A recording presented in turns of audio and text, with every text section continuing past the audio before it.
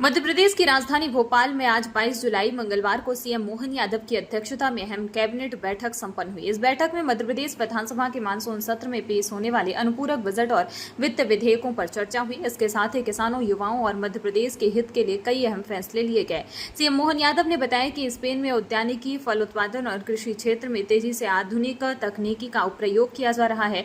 इस तकनीकी को मध्य प्रदेश में भी लाया जाएगा। इसके लिए मध्य प्रदेश से एक दल स्पेन भेजेंगे जो उस तकनीकी को समझ कर आएगा और फिर उसे हम लागू करेंगे। दुबई और स्पेन की यात्रा के दौरान 11,119 करोड़ के निवेश प्रस्ताव मध्य प्रदेश को मिले हैं, जिससे मध्य प्रदेश में 14,500 नए रोजगार सृजित होने की पूरी संभावना है।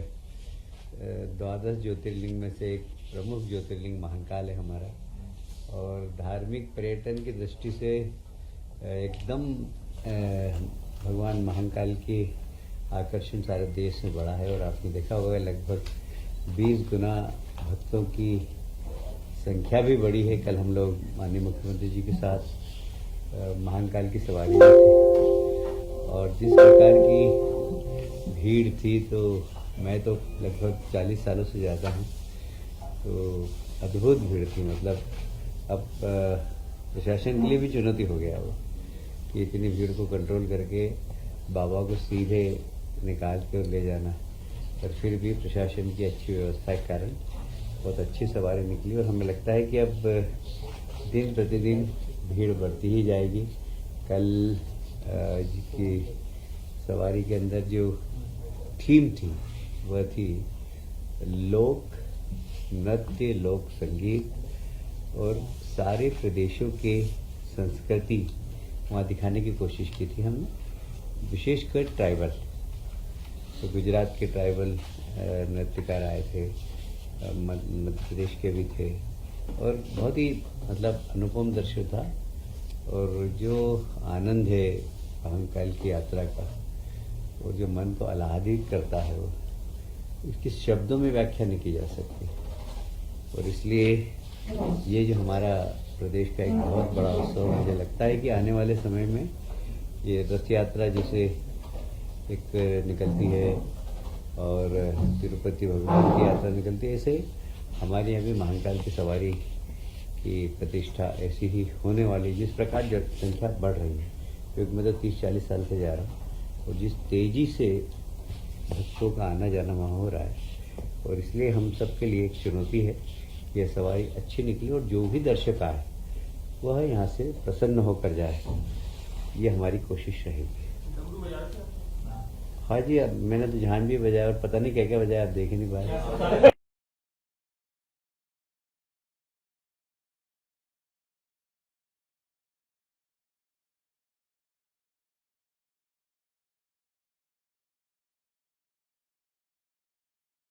मतलब मेरी सांस बड़ी लंबी है।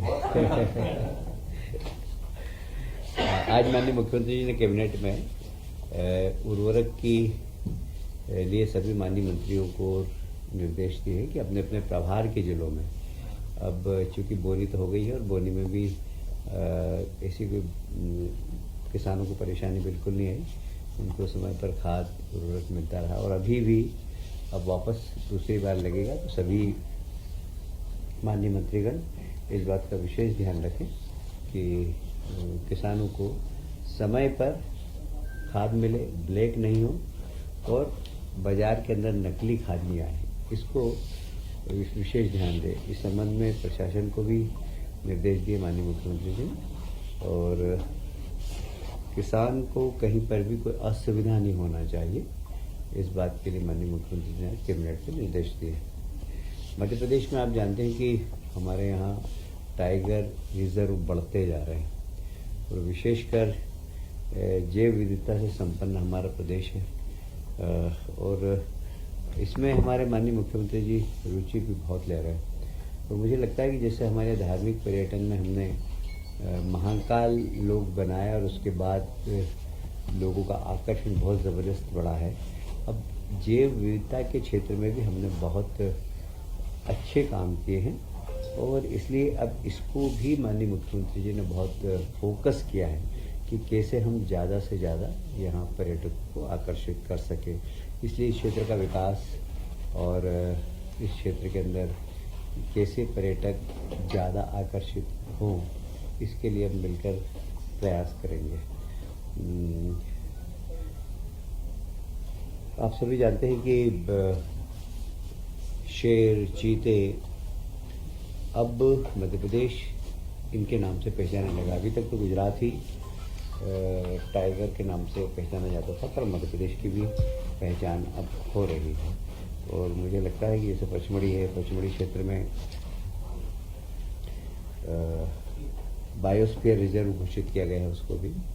और बायोस्फीयर से मतलब ये है कि हमारे जितने भी जल में रहने वाले, थल में रहने वाले, वायु में रहने वाले जितने भी जीव जंतु हैं, उनके संरक्षण का काम।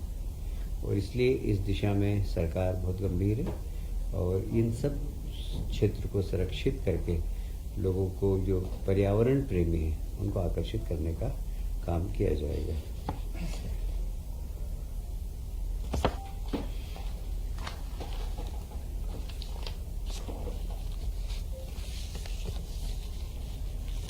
अभी उज्जैन में भी मेला लगता है और विक्रमोत्सव उज्जैन में भी, और ग्वालियर में भी मेला लगता है। तो दोनों, ग्वालियर में राजमाता सिंधिया मेला है और उज्जैन में विक्रमोत्सव व्यापार मेला। हमने वहाँ ऑटोमोबाइल्स की छूट 50% दी थी टैक्स की, तो उस टैक्स का आज अनुमोदन किया गया है।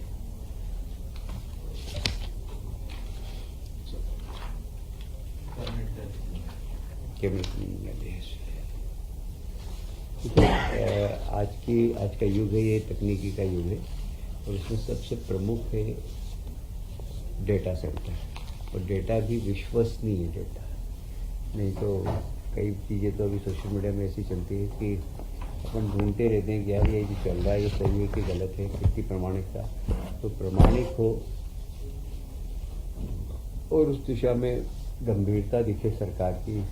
माननीय मुख्यमंत्री जी ने अभी इस यात्रा के दौरान डाटा सेंटर्स में भी विजिट किया और एक अच्छी तकनीकी का डाटा सेंटर मध्य प्रदेश में कैसे बने, और अभी इसमें लगातार तकनीकी का विकास हो रहा है।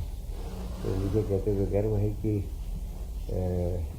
अभी सरकार ने सांख्यिकी समृद्धि के लिए डेटा सेंटर को फोकस करके एक विश्वसनीय, एक जवाबदार डेटा सेंटर हम बना रहे हैं और शायद वो देश के अच्छे डेटा सेंटर में से एक होगा।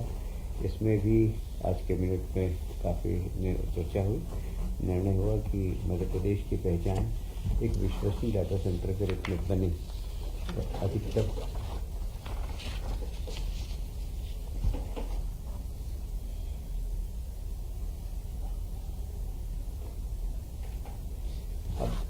ये सामान्य चीज़ें लोग समझते हैं। डाटा इस सेंटर ऐसा बने कि सारे विभाग एक दूसरे से एक्सचेंज कर सके।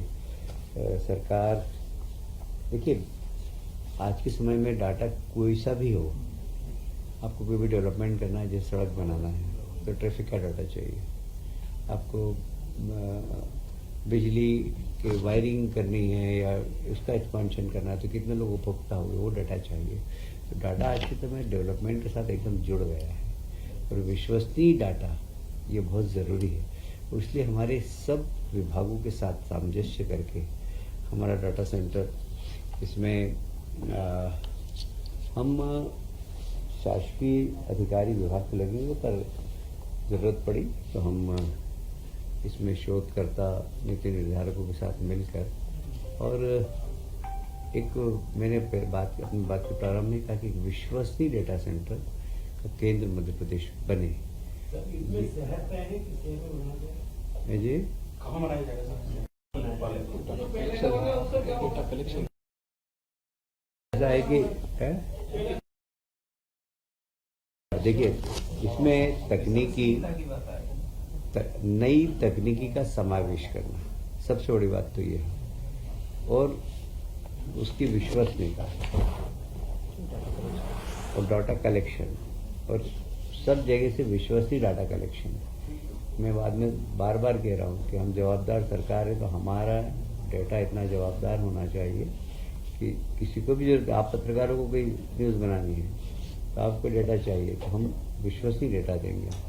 तो इस प्रकार हम एक विश्वसनीय डेटा सेंटर आधुनिक तकनीक का बना रहे हैं और इस दिशा में अभी माननीय मुख्यमंत्री जी टूर पर गए थे तो उन्होंने काफ़ी विस्तार से इस पर चर्चा की है।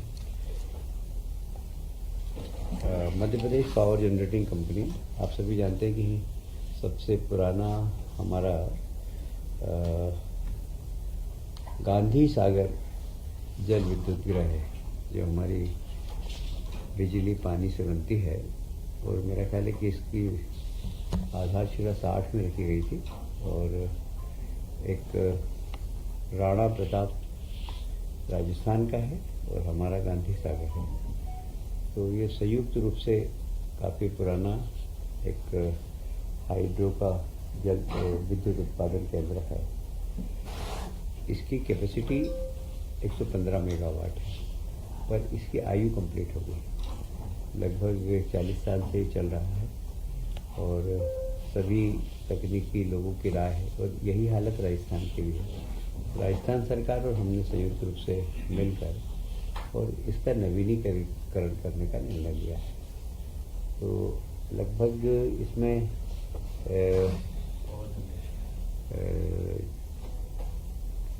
464 करोड़ का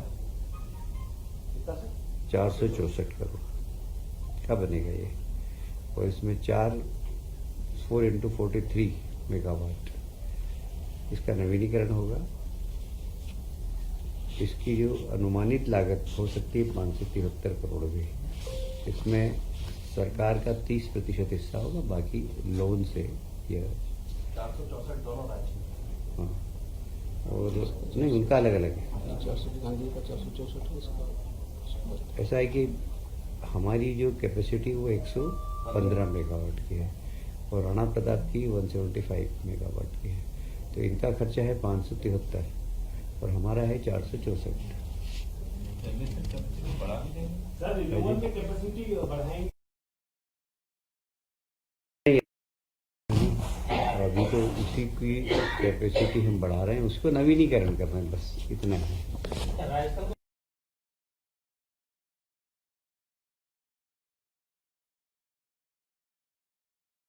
रूप से हम लोग बनाएंगे, उनका भी नवीनीकरण होगा, हमारे भी नवीनीकरण होगा। हम लोन लेंगे, उनको 573 करोड़ का लोन लेना, हमको 464 करोड़ का लोन लेना। उनकी 172 है, हमारी 115 है। 25 हो जाएगी।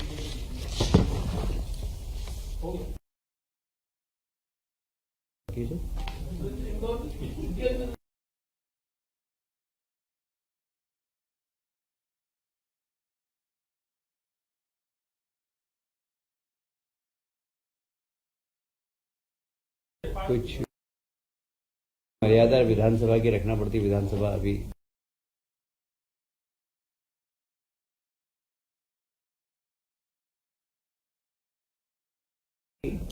अब ऐसी चीज होगी कि लोग दर की चिंता कम कर रहे हैं। बिजली मिले ये बहुत बड़ा इशू हो गया। Point number 1। पॉइंट नंबर 2, अगर कोई दर की चिंता करता है तो हमारे प्रधानमंत्री जी ने बहुत अच्छी योजनाएं सोलर की सूर्य घर योजना आरंभ की है, तो उसमें बहुत सस्ते दरों पर बिजली मिल जाती है। तो लोग अभी दर की चिंता नहीं कर रहे, अभी चिंता कर रहे हैं कि बिजली मिलना चाहिए। और हमें कहने के लिए हम गर्व से कह सकते हैं कि हम सतत बिजली दे रहे हैं। और यदि किसी को बिजली के बिल की भी चिंता हो तो सोलर का अधिकतम उपयोग करे, बल्कि वो बेचे तो वो तो कमा भी सकता है, धंधा कर सकता है।